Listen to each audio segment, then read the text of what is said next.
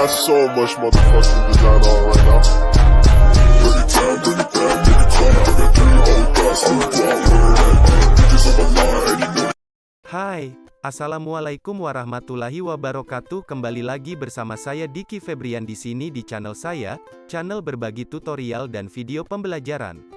Pada kesempatan ini, saya akan berbagi pemahaman tentang mengapa kurikulum perlu berubah untuk melengkapi aksi nyata saya pada topik kurikulum merdeka di platform Merdeka Mengajar. Pertama, saya akan membahas tentang apa itu kurikulum. Sampai hari ini belum ada pengertian kurikulum yang mengikat secara universal. Meskipun kurikulum sering dimaknai sebagai keseluruhan pengalaman belajar murid, nyatanya lebih dari sekedar itu. Kurikulum itu kompleks dan multidimensi. Kurikulum juga diibaratkan jantungnya pendidikan. Jika jantungnya lemah, maka proses penyaluran darah tidak lancar dan bisa berakibat fatal. Kurikulum adalah salah satu komponen penting dalam sistem pendidikan nasional. Kurikulum berperan sebagai pedoman dan acuan kita dalam pembelajaran. Maka fungsi kurikulum bagi guru adalah untuk memandu dalam proses belajar. Lalu mengapa kurikulum perlu berubah? Kurikulum harus terus berubah untuk sesuai dengan perkembangan zaman dan kebutuhan murid.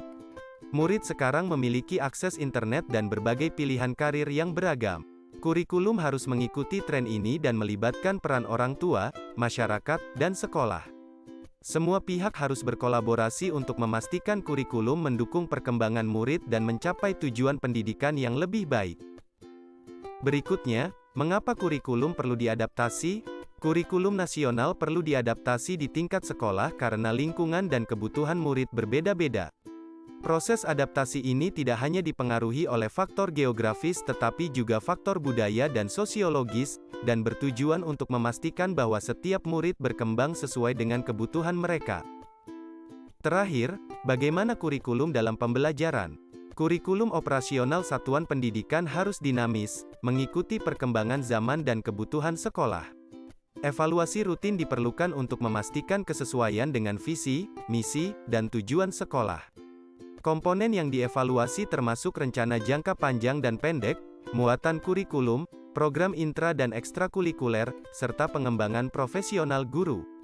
Pengembangan kurikulum harus berfokus pada murid, kontekstual, esensial, akuntabel dan melibatkan semua pemangku kepentingan. Baiklah Bapak Ibu, demikianlah pemaparan materi tentang mengapa kurikulum perlu berubah.